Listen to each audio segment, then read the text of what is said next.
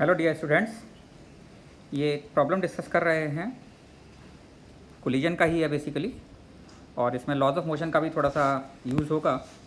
Situation ये है कि आप देख सकते हैं कि there are two blocks A and B and mass of both the blocks is 2 kg and a 1 kg block moving with 9 metre पर second collides with mass B and gets stuck in it.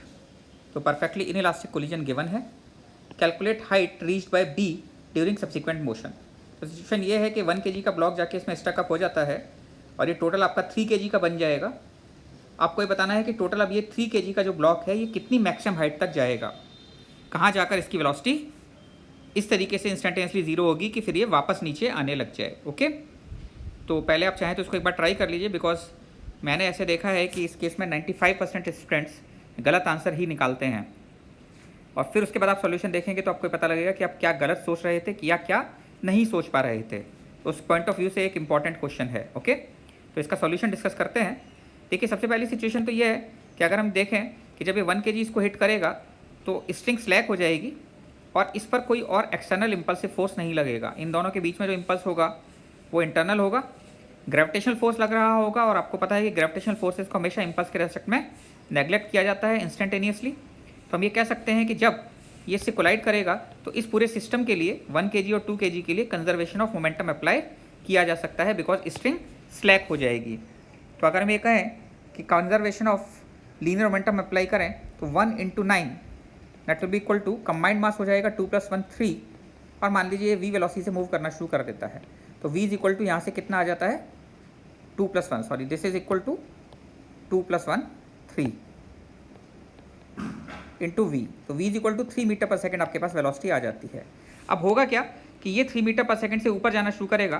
तो अब situation ये है कि जो combined मास है, इस combined मास जो कि अब 3 kg का बन चुका है, इसकी वेलोसिटी ऊपर 3 मीटर पर सेकेंड है, और इस वाले ब्लॉक की इनिशियल वेलोसिटी a की 0 है इनिशियल वेलोसिटी, और स्ट्रिंग स्लैक हो गई है। तो a और ये कंबाइंड मास दोनों बेसिकली अब अंडर ग्रेविटी मूव करेंगे, अंडर ग्रेविटी मोशन होगा क्योंकि स्ट्रिंग जो है वो तो स्लैक कर गई है। अब ये अंडर ग्रेविटी मोशन होगा उस इंस्टेंट तक जब तक ये जितना ऊपर डिस्टेंस ट्रेवल करे h1 और ये नीचे डिस्टेंस ट्रेवल करे उतने ही टाइम में h1। अगर ये दोनों डिस्टेंस t टाइम में बराबर हो जाएं तो फिर स्ट्रिंग उस टाइम पर दोबारा स्लैक हो जाएगी। बिकॉज अगर आप देखें तो बेसिकली ये वाली लेंथ को अगर हम L1 मान लें और इस वाली लेंथ को L2 मान लें तो L1 + L2 टोटल स्ट्रिंग की लेंथ है। अभी अगर h ऊपर जाता है तो L1 - h1 हो जाएगी, और ये नीचे आता है तो L2 + h1 हो जाएगा। तो फिर इन दोनों के बीच का डिस्टेंस L1 + L2 के बराबर हो जाएगा, और जब इन दोनों के बीच का डिस्टेंस L1 + L2 के बराबर हो जाएगा तो स्ट्रिंग की लेंथ के बराबर हो गया। स्ट्रिंग दोबारा से क्या होगी, टॉट हो जाएगी, और उस टाइम पर एक इम्पल्स और लगेगा क्योंकि सडनली स्ट्रिंग में जर्क आएगा। पहले स्ट्रिंग जो है वो स्लैक हो रखी है, और सडनली स्ट्रिंग में जो जर्क आएगा वो इम्पल्स की तरह बिहेव करेगा, और फिर ये दोबारा सिस्टम के मोमेंटम में चेंज करेगा। तो पहले ये देखते हैं कि कहाँ पर आकर स्ट्रिंग दोबारा से टॉट हो जाएगी। तो जिस इंस्टेंट पर h1 दोनों इक्वल होंगे 3 kg और 2 kg के, तो h1 हम यहाँ पर लिख सकते हैं 3t - ½ gt² equal to a के लिए इनिशियल वेलोसिटी 0 है तो ये सीधे सीधे ½ gt² के बराबर हो जाएगा। इससे t = 0.3 सेकेंड आपके पास आ जाता है। इसका मतलब 0.3 सेकेंड में ये टॉट हो जाएगा, स्ट्रिंग दोबारा से टॉट हो जाएगी। तो at t = 0.3 second string becomes taut again. इतने टाइम में जो डिस्टेंस ट्रेवल होगा h1 वो आपके पास कितना आ जाएगा, that is equal to ½ g × t², that is equal to 3/10 का स्क्वायर कर दें सीधे सीधे, तो ये आपके पास आ जाता है 39 / 20 मीटर। तो 9 / 20 मीटर डिस्टेंस ट्रेवल ये ऑलरेडी कर चुका है। इस टाइम पर 3 kg मास की जो वेलोसिटी होगी that will be equal to 3 - 10 × 0.3 v = u - gt 0 metre पर सेकेंड, और 2 kg की जो वेलोसिटी होगी वो आपके पास होगी 0 + 0.3 × 10 that is equal to 3 metre पर सेकेंड। बेसिकली इस इंस्टेंट पर इनकी वेलोसिटी भी जो है वो इंटरचेंज हो चुकी हैं। तो अब क्या सिचुएशन है अगर हम उसको एनालाइज करें अब सिचुएशन ये है कि 2 kg का ब्लॉक नीचे 3 मीटर पर सेकंड से जा रहा है और इस पर एक इम्पल्स लगता है टी डॉट डी टी, जिसको हम बोल सकते हैं टी अगर टेंशन आया डी टी टाइम के लिए तो टी डॉट डी टी क्या हो जाएगा, इम्पल्स हो जाएगा। और ये 3 kg का ब्लॉक, इसकी वेलोसिटी 0 है और इस पर इम्पल्स लगता है टी डॉट डी टी। इस इंस्टेंट के बाद इस स्ट्रिंग में टेंशन आ जाएगा, तो ये बात तो क्लियर है कि अगर स्ट्रिंग टॉट हो जाएगी तो दोनों अलग अलग वेलोसिटी से मूव नहीं कर सकते। और इस पर ये रेस्ट में था और इस पर इम्पल्स लगा है, तो ये ऊपर जाना शुरू करेगा v वेलोसिटी से, किसी मान लीजिए v1 मान लेते हैं, और इसको नीचे v1 वेलोसिटी से आना चाहिए।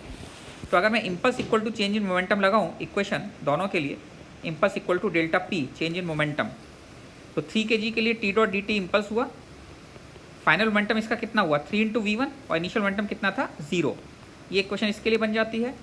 सेकंड 2 kg ब्लॉक के लिए अगर हम देखें तो 2 kg ब्लॉक के लिए ऊपर वाली डायरेक्शन को अगर हम नेगेटिव मान लेते हैं और नीचे वाली डायरेक्शन को पॉजिटिव मान लेते हैं, तो impulse minus T dot d t लगा, that is equal to final momentum इसका कितना हुआ नीचे की तरफ 2 into v one minus initial momentum कितना है 2 इंटू 3। ये आपकी दूसरी इक्वेशन बन जाती है। इन दोनों को अगर आप सॉल्व करते हैं तो ये कैंसिल हो जाता है और आपके पास v1 इक्वल टू कितना आ जाता है 6/5 मीटर पर सेकेंड। अब आप ये देखिए कि स्ट्रिंग अगर टॉट हो चुकी है, तो अगर स्ट्रिंग टॉट हो चुकी है तो 3 kg ब्लॉक ऊपर जा रहा है और 2 kg ब्लॉक नीचे आ रहा है।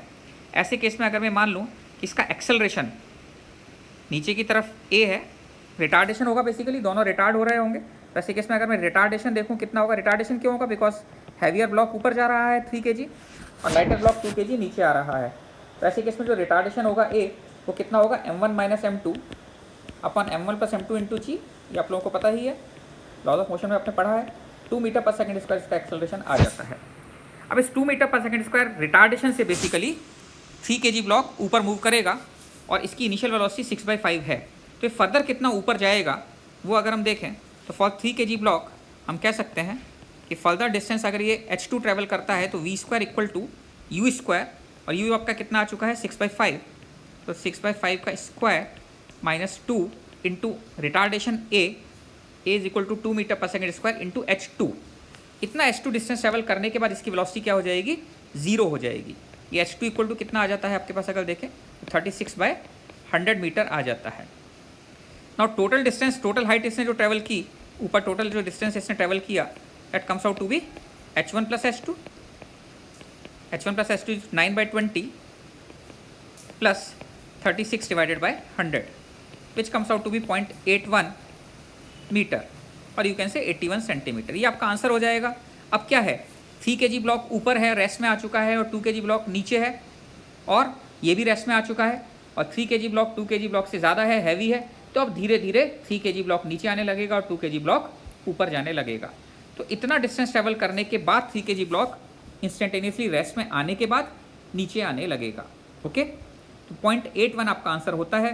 जनरली बच्चे यहीं पर बिकॉज वो h1 निकालते हैं और h1 को ही आंसर बोल देते हैं। तो आपको ये समझना पड़ेगा ऐसे क्वेश्चंस में कि अगर स्ट्रिंग का इम्पल्स पिक्चर में आ रहा है तो आपको उसको भी कंसीडर करना पड़ेगा और फर्दर वो जितना डिस्टेंस ट्रैवल करेगा वो भी कैलकुलेट करना पड़ेगा।